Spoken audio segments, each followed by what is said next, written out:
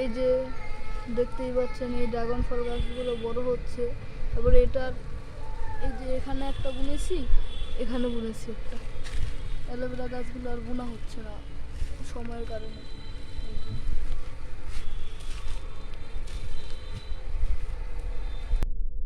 এই যে দেখতে পাচ্ছেন এই গাছের বাচ্চাগুলো কত বড় হয়ে গেছে। এই যে ঢেঁড়স গাছে ফুল এসে পড়েছে, এখানে ফুলের কলি আছে। এই যে এই যে লেবু গাছগুলো লাগানোর পরে কিছুটা এরকম দেখাচ্ছে।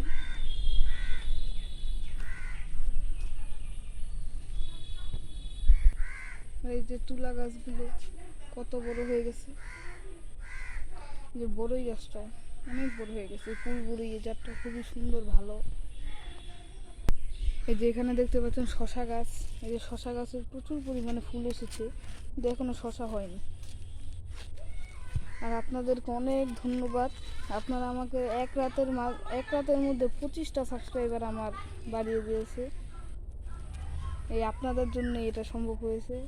আর আপনারা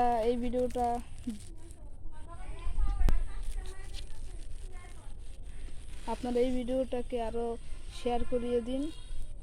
এই ভিডিওটা যেন আরও অনেক মানুষ দেখে এবং তারাও যেন সাবস্ক্রাইব করে দেয়। আর আপনারাও সবাই সাবস্ক্রাইব করে দিবেন যেন আমার এই ছোট্ট চ্যানেলটা আস্তে আস্তে বড় হয়।